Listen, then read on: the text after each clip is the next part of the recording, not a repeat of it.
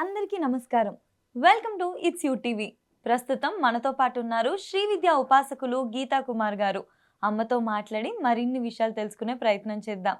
అంతకంటే ముందు ఇటువంటి ఆధ్యాత్మికపరమైన వీడియోస్ కోసం ఇప్పుడే మన ఛానల్ని సబ్స్క్రైబ్ చేసుకోండి. నమస్కారం అమ్మ. శ్రీ గురుభ్యో నమః, శ్రీ మాత్రే నమః. నమస్తే అమ్మా. అమ్మ, ఈ నెల జూలై 25న మనకి తొలి ఏకాదశి వస్తుంది. దీని ఒక విశిష్టత ఏంటో మీ మాటల్లో తెలియజేస్తారా? ఇంతకు ముందు చెప్పినట్టు మనం ఆషాఢం అంటేనే మంచి పండుగ వాతావరణం. ఇంకా ఆషాఢం నుండి మనకి నవరాత్రులు స్టార్ట్ అవుతాయి. గోరింటాకు పెట్టుకోవడాలు, తర్వాత శాకంబరి యొక్క అలంకరణలు, మళ్ళీ దాని తర్వాత మనకి దక్షిణాయనం స్టార్ట్ అవుతుంది. తర్వాత తొలి ఏకాదశి. అంటే దక్షిణాయనం స్టార్ట్ అయిన తర్వాత తొలి ఏకాదశి అని మనం తీసుకుంటాం. ఇప్పుడు ఈ ఆషాఢంలోనే దక్షిణాయనం స్టార్ట్ అయ్యేది. దక్షిణాయనము ఉత్తరాయణం అనేది మనకి సంవత్సరానికి 2 ఆయనాలుగా విభజించారు సంవత్సరంని. దక్షిణాయనంలో వచ్చే మొదటి ఏకాదశి కాబట్టి మనం తొలి ఏకాదశి అని చెప్తాం. ఈ ఏకాదశి ఎందుకు ఈ ఏకాదశికి అంత విశిష్టత అంటే, పురాణాల ప్రకారం చూసుకున్నా కూడా ఈ ఏకాదశి రోజు విష్ణుమూర్తి యోగ నిద్రలోకి వెళ్తారు అని చెప్తారు. యోగ నిద్ర అంటే ఆయన పూర్తిగా నిద్రపోతాడని కాదు అర్థము. యోగ మాయ అంటే యోగ నిద్ర అంటే ధ్యానం చేస్తూ మొత్తం భూమండలాన్ని అన్నిటినీ విశ్వాన్ని అన్నిటినీ చూస్తూ ఉంటాడు అని చెప్తారు. యోగం నిద్ర అంటే ధ్యానం. మనం దివ్య దృష్టి అని విని ఉంటాం. దివ్య దృష్టి అనేది ఎలా కనిపిస్తుంది? మనం కళ్ళు మూసుకున్నప్పుడు కనిపిస్తుంది, కళ్ళు తెరిచినప్పుడు కనిపించదు. చెప్పాలంటే దివ్య దృష్టికి కొన్ని రూల్స్ ఉంటాయి. ధ్యానంలో మనకి దివ్య దృష్టి కనిపించడము, లేదా ధ్యానంలో జరగబోయేది చూడడము, ఇలాంటివన్నీ ఉంటాయి. స్వామి కూడా ధ్యానంలో అంటే యోగ ధ్యానంలో వెళ్తారనమాట. ఈ యోగ ధ్యానంలో ఈ యోగ నిద్ర వెళ్ళే రోజు తొలి ఏకాదశి అంటాం. ఈ ఏకాదశి రోజున వెళ్తారు. ఈ యోగ నిద్రని కూడా యోగమాయ అని కూడా పిలుస్తాం. ఎలా అంటే కాళికా అమ్మవారి యొక్క యోగ మాయ ఆవహించి ఆయన ధ్యానంలో ఉంటాడు ఈ 4 నెలలు అని చెప్తాం. ఎందుకు? విష్ణుమూర్తికి అమ్మవారికి ఏ తేడా లేదు. అమ్మవారి యొక్క గోల్ 2 చేతుల 10 గోళ్ళ నుండి విష్ణుమూర్తి ఒక అవతారాలు వచ్చాయి. 10 అవతారాలు చెప్పాలంటే. అందుకు వాళ్ళిద్దరు అన్నా చెల్లలి, నారాయణుడు అని మనం చెప్పుకుంటూనే ఉంటాం ప్రతిసారి. అందుకు వాళ్ళిద్దరికి భేదం లేదు. ఈ విష్ణుమూర్తి యోగ నిద్రలోకి పోయే ప్రక్రియ ఒకటి.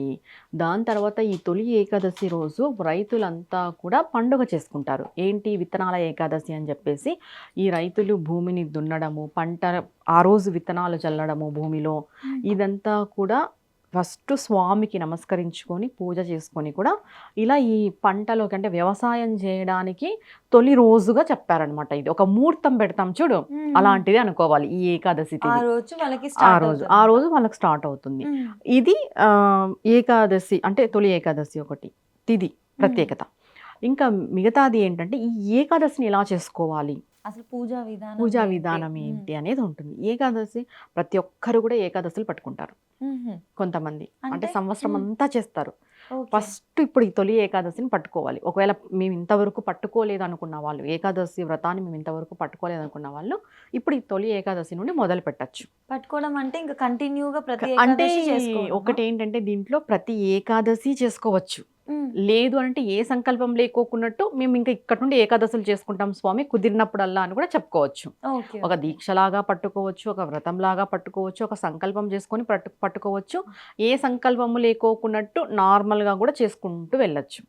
కొన్ని ఏకాదశులు చేయకపోయినా కూడా మనకి కొన్ని ఏకాదశులు చేయాలని శాస్త్రం చెప్పింది. దాంట్లో ఈ తొలి ఏకాదశి మొదటిది. ఇది కంపల్సరీ అందరూ చేసుకుంటారనమాట, పండుగలాగా చేసుకుంటారు. ఏం చేయాలి అంటే ఉదయాన్నే లేచి తలంటూ స్నానం చేసేసి విష్ణుమూర్తికి కానీ వెంకటేశ్వర స్వామి పటం ఉన్నా విగ్రహం ఉన్నా వాళ్ళిద్దరు ఒకటే, ఇద్దరికి పటం ఉన్నా విగ్రహం ఉన్నా కూడా ఆ విగ్రహానికి పటానికి అంతా అలంకరించి పూలతో స్వామివారికి పానకము వడపప్పు నైవేద్యం సమర్పించి తులసిమాల సమర్పించి స్వామివారి యొక్క అష్టోత్తరము చేసుకుని స్వామివారి ఒక గోవిందనామాలు చేసుకుని విష్ణు సహస్రనామం ఆ రోజు పారాయణించడం చాలా చాలా మంచిది ఈ తొలి ఏకాదశి రోజున. విష్ణు సహస్రనామం పారాయణం చేయొచ్చు. అమ్మ మాకు ఇవన్నీ రావు, మేము ఇవన్నీ చెయ్యలేము అనే వాళ్ళు కూడా ఉంటారు.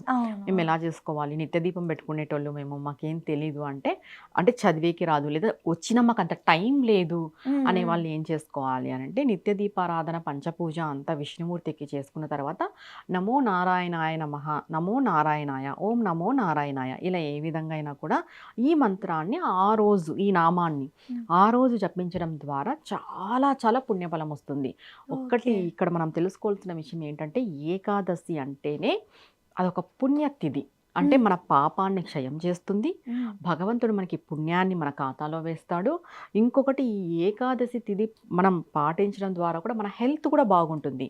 అంటే రెగ్యులర్గా మనం తింటాం, కానీ ఈ తిథికి ఉపవాసం ఉండాలి అని చెప్పారు. అంటే మంత్లీ ఒకసారైనా కూడా 2 సార్లైనా కూడా ఉపవాసం అనేది మనం చేస్తే మన బాడీ అంటే మన శరీరము నీట్గా వర్క్ చేస్తుంది. ఇది కూడా ఒక ఇంజన్ లాంటిదే కదా, ఎనీ టైం దాన్ని ఆడిస్తూనే ఉంటే దానికి రెస్ట్ ఉండాలి కదా. ఒకరోజు హాలిడే, ఈ హాలిడే ఇవ్వడం ద్వారా అది ఇంకా కొంచెం మెరుగ్గా పనిచేస్తుంది. నెక్స్ట్ డేకి నేను చెప్తాను అది ఎలా చేయాలి ఏంటి అని. ఎప్పుడు కూడా ఏకాదశి అంటే ముందు రోజే మొదలవుతుంది, దశమి రోజే మొదలవుతుంది. అంటే దశమి రోజు మధ్యాహ్నమే మీరు తినేసేయాలి, నైట్కి ఏం తినకూడదు, అంటే ఆహారం తీసుకోకూడదు, ఘనమైన ఆహారం తీసుకోకూడదు, పాలు పండ్లు ఇలాంటివి తీసుకోవచ్చు, లేదా లైట్గా ఏదైనా రవ్వతో చేసింది అంతే తప్ప ఇంకా వేరే ఏది తీసుకోకూడదు, అన్నము అలాంటివి. ఈ దశమి రోజు మధ్యాహ్నం నుండే మనకి ఏకాదశి వ్రతం అనేది స్టార్ట్ అయిపోతుంది. ఏకాదశి రోజు పూర్తిగా ఉపవాసం ఉంటాం. అంటే కలియుగంలో కటిక ఉపవాసం చెప్పలేదు, మనం వాటర్ తీసుకోవచ్చు, మిల్క్ తీసుకోవచ్చు, ఫ్రూట్స్ తీసుకోవచ్చు, ఇంకా ఏవైనా కుక్ చేయనివి అంటే వంట చేకోకున్నట్టు ఉంటాయి కదా పదార్థాలు, కుక్ చేయనివి ఏవైనా కూడా అవి తీసుకోవచ్చు. ఈ ఏకాదశి అంటే ఆ రోజంతా కూడా ఇలానే ఉంటాం. ఉన్న తర్వాత మరుసటి రోజు ద్వాదశి వస్తుంది. ద్వాదశి వచ్చినప్పుడు ఏం చేయాలి అని అంటే, ద్వాదశి రోజున ఆ తిథి అయిపోయేలోపే మనం ఉపవాస దీక్ష విరమణ అనేది చెయ్యాలి. అది ఎలా చెయ్యాలి అంటే, స్వామివారికి పంచభక్ష ప్రమాణాలు మీకు శక్తి కొలది, అంటే పంచభక్ష ప్రమాణాలు అని చెప్పారు, మీకు శక్తి కొలది అన్నంతో కూడిన నైవేద్యం ఏదైనా చేసి స్వామికి పెట్టేసి సమర్పించి ఆ నైవేద్యాన్ని ప్రసాదంగా మీరు తీసుకుని ఈ ఏకాదశి వ్రతాన్ని విరమణ చేయాలి ద్వాదశి రోజు. అది కూడా ద్వాదశి తిథి వెళ్ళక ముందే. ఉదయం ద్వాదశి తిథి ఉంది, సూర్యోదయానికి ఏది ఉంటే అదే ఆ రోజంతా అని మనం చెప్పినట్టు కాదు. దీనికి ద్వాదశి గడియలు వెళ్ళక ముందే, తిథి వెళ్ళక ముందే మనం ఖచ్చితంగా ఉపవాస దీక్ష విరమణ అనేది చేయాలి. అసలు చెప్పాలి అంటే ఏకాదశి వ్రతము అనేది విష్ణుమూర్తికి ఎంత సంబంధమో శివుడికి కూడా అంతే సంబంధం, ఈక్వల్. ఇద్దరు శివకేశ్వరులకి సంబంధించిన వ్రతం ఈ వ్రతం.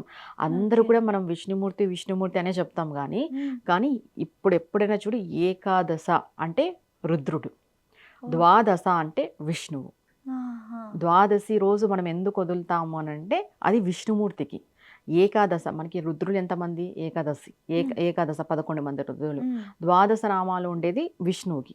ఇలా ద్వాదశి విష్ణువుకి సంబంధించిన తిథి, ఏకాదశి శివుడికి సంబంధించిన తిథి.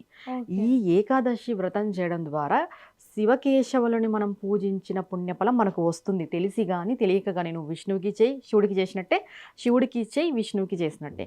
ఇంకొకటి, ఈ ఏకాదశి తిథి రోజు కొంతమంది దాన ధర్మాలు కూడా చేస్తారు. అన్నదానం చేయొచ్చు, వస్త్రదానం చేయొచ్చు, గోదానం చేయొచ్చు, భూదానం చేయొచ్చు, స్వర్ణదానం చేయొచ్చు, ఇవన్నీ కూడా చేయొచ్చు మీ శక్తి కొలది ఏదైనా కానీ. లేదు అనంటే బ్రాహ్మణులకి స్వయం పాకం ఆ రోజు దానం ఇవ్వడం కూడా చాలా మంచిది, లేదా యాచకులకి అన్నదానం చేయడం కూడా చాలా మంచిది. ఇలాంటి దానాలు కూడా ప్రతి ఏకాదశి రోజున చేసే వాళ్ళు ఉన్నారు. లేదు అంటే ఇట్లా మనం ముఖ్యమైన ఏకాదశులు, పండుగ వాతావరణంతో కూడుకున్న ఏకాదశులు ఉన్నాయి కదా, ఇలాంటి ఏకాదశులకి దానాలు చేసుకోవడం ద్వారా కూడా చాలా మంచి పుణ్యఫలం అనేది మనకి లభిస్తుంది. అమ్మ, ఇప్పుడు మనకి ఏకాదశి వ్రతం గురించి చెప్పారు కదా, నేను విన్నాను ఆ రోజు చాతుర్మాస్య దీక్ష కూడా ఏదో ప్రారంభం అవుతుంది అని చెప్పేసి, దాన్ని కూడా చాలా మంది నమ్మి 4 మాసాలు చేసుకుంటారు అని చెప్పేసి, దాని గురించి కూడా మా కోసం తెలియజేస్తారు. చాతుర్మాస్య దీక్ష అనేది పురాణాల ప్రమాణం అన్నమాట. అంటే ఇది శాస్త్రాలలోనే చెప్పబడిన దీక్ష, చాతుర్మాస్య దీక్ష. అసలు ఎవరు చేస్తారు ఈ చాతుర్మాస్య దీక్ష అంటే, పీఠాధిపతులు, మఠాధిపతులు, యతులు, సన్యాసులు చేస్తారు. ఓకే. ఓకే. ఇది.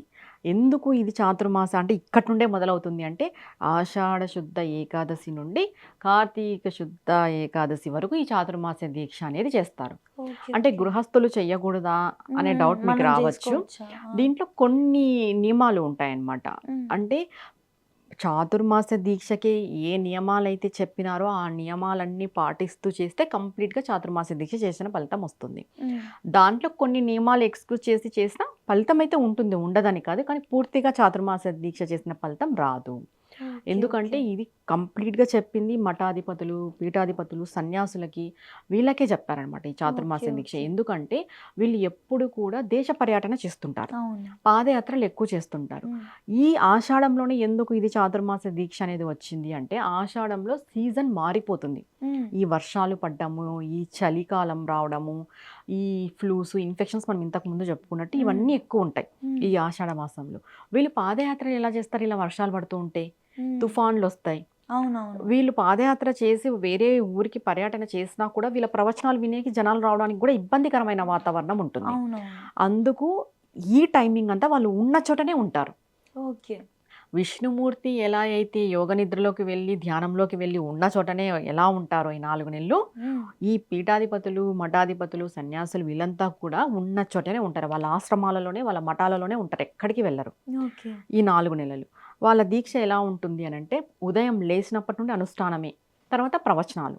ఇంకంతే పూర్తిగా చాతుర్మాసం అంతా కూడా పూజా కాలము, దేవతా ఆరాధన కాలమే.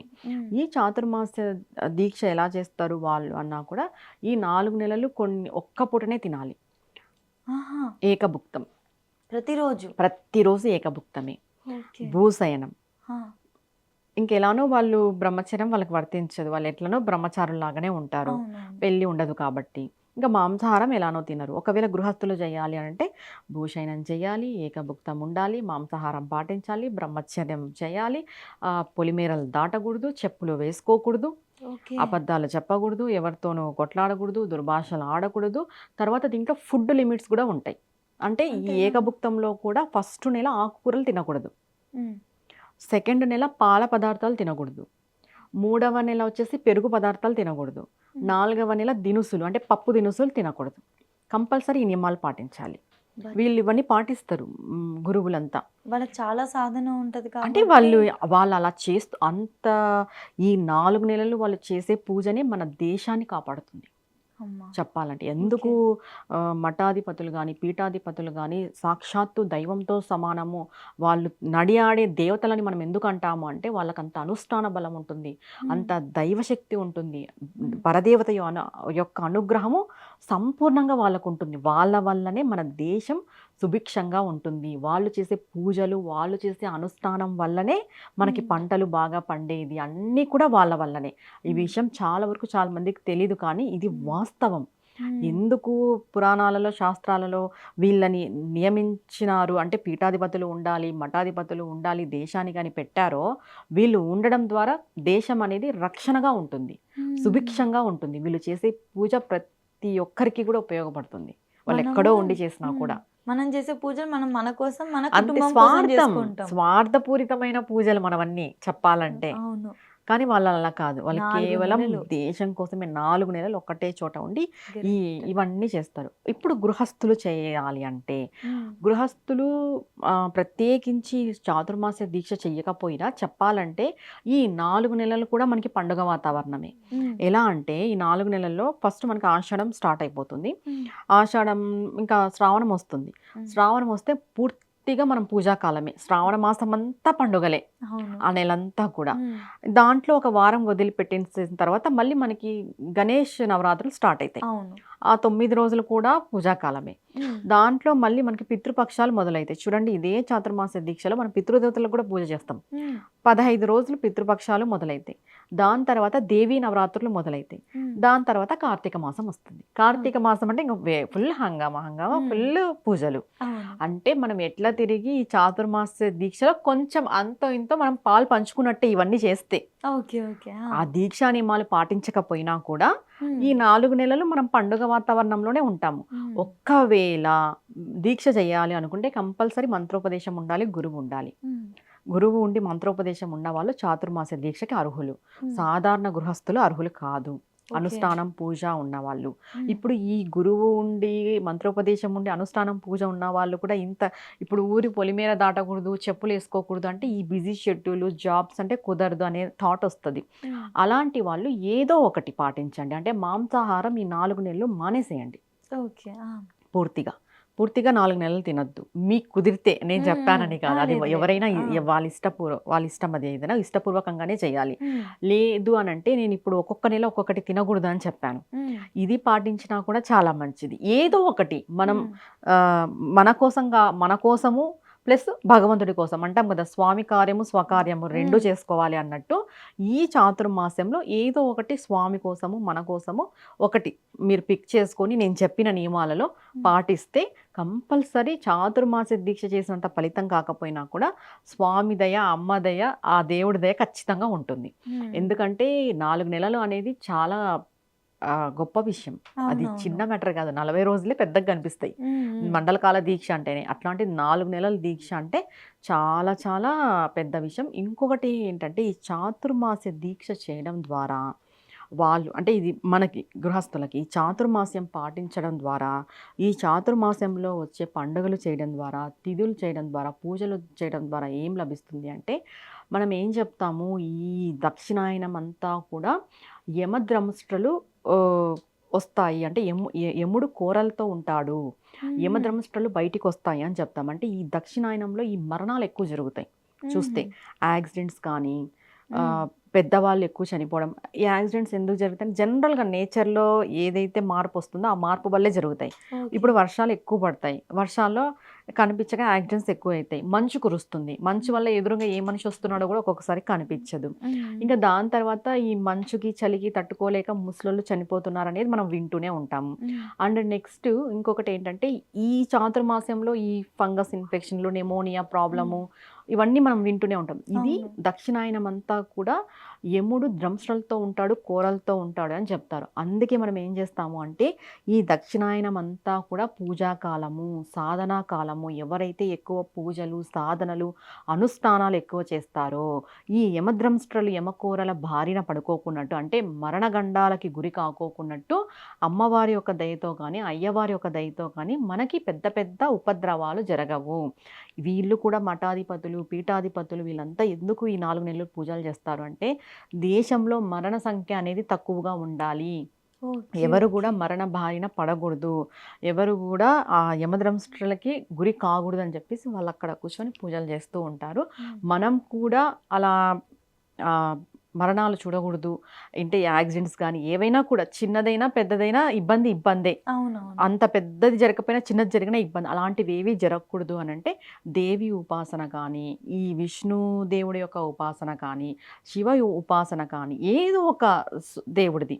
ఇప్పుడు నేను అమ్మవారు కాబట్టి నాకు అమ్మవారనే చెప్తాను. ఇంకా మీ ఇష్ట దైవం ఎవరున్నా కూడా ఈ 4 నెలలు కూడా వాళ్ళ యొక్క ఆరాధన చేయడం ద్వారా మీరు ఆరోగ్యంగా ఉంటారు, మీకు ఐశ్వర్యము లభిస్తుంది, ఆరోగ్యము లభిస్తుంది, అమ్మవారి యొక్క అయ్యవార్ల యొక్క కృపా కటాక్షము కూడా లభిస్తుంది. ఖచ్చితంగా అమ్మ, చాలా బాగా వివరించారు. అంటే ఏకాదశి రోజు మనం ఏకాదశి వ్రతం పట్టుకోవడం జరుగుతుంది. అలా కాకుండా దేశమంతా బాగుండాలని చెప్పేసి పీఠాధిపతులు వీళ్ళందరూ కూడా మన కోసం 4 నెలలు కఠిన దీక్ష చేయడం అనేది అది నిస్వార్థమైన విషయం. అసలు చాలా గొప్పగా వివరించారమ్మా. మంచి విషయాలు తెలియజేసినందుకు ధన్యవాదాలమ్మా. నమస్తే అమ్మా.